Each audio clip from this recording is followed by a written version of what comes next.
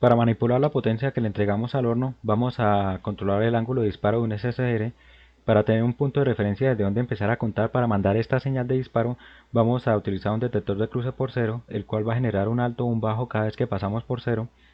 Estos altos y estos bajos los vamos a recibir en el puerto RA2 del microcontrolador, por el cual podemos generar interrupciones externas y también podemos activar el timer 0.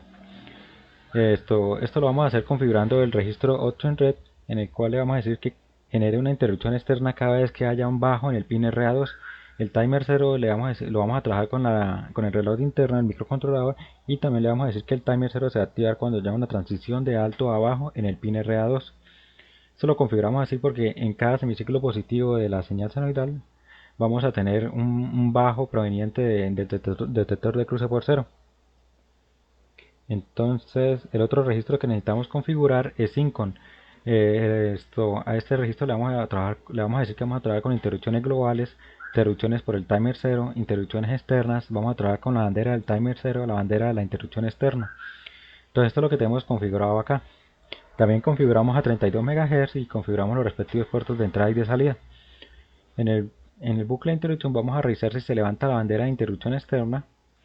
Y una aclaración antes de explicar el bucle de interrupción es que la solución se propuso de tal forma que se necesitaran dos puertos que se pudieran configurar como entradas analógicas RA0 y RA1, uno para la lectura del potenciómetro y otro para la lectura de voltaje que nos da el horno en función de su temperatura. La temperatura máxima del horno viene siendo aproximadamente 840 grados.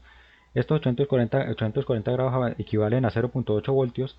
Entonces, mediante dos etapas inversoras vamos a elevar estos 0.8 voltios a 5 voltios.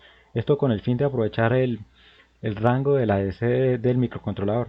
También necesitamos otros dos pines que se puedan configurar como salidas digitales RA4 y RA5 para el manejo de la pantalla LCD. Y como ya habíamos dicho, RA2 va a ser el pin de las interrupciones. Necesitamos otro pin de salida para controlar el optoacoplador que va a generar una señal de disparo para el SSR. Pero como vemos, el único pin que nos queda disponible es RA3. Si miramos en el datasheet, RA3 cuando no está funcionando como master clear solamente funciona como entrada. Entonces, una alternativa para tener una salida de un pin que no se pueda configurar directamente como salida es manipulando la resistencia de pull-up de dicho pin. Esta viene siendo la topología de un microcontrolador con su respectiva resistencia de pull-up. Lo que vamos a hacer es poner un transistor acá y vamos a ir prendiendo o apagando la resistencia de pull-up de acuerdo a lo que necesitemos.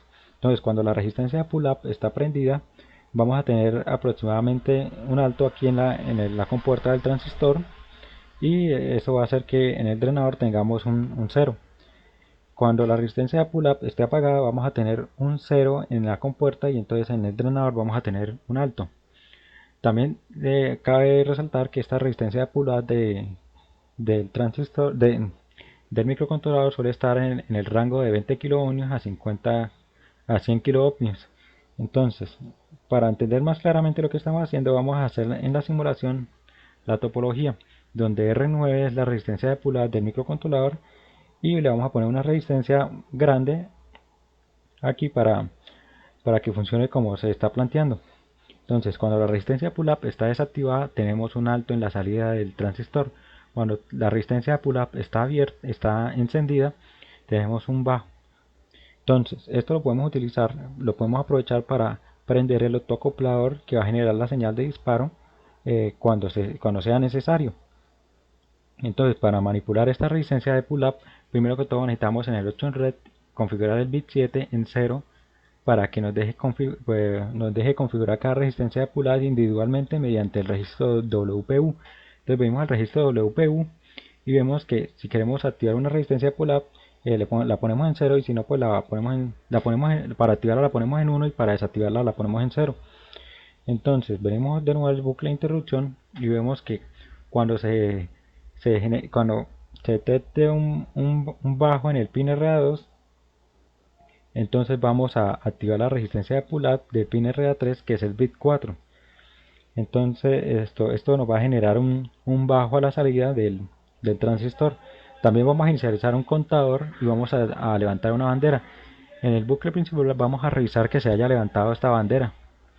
Entonces cuando se haya levantado esa bandera vamos a realizar las respectivas lecturas analógicas y las vamos a mostrar mostrando en el LCD.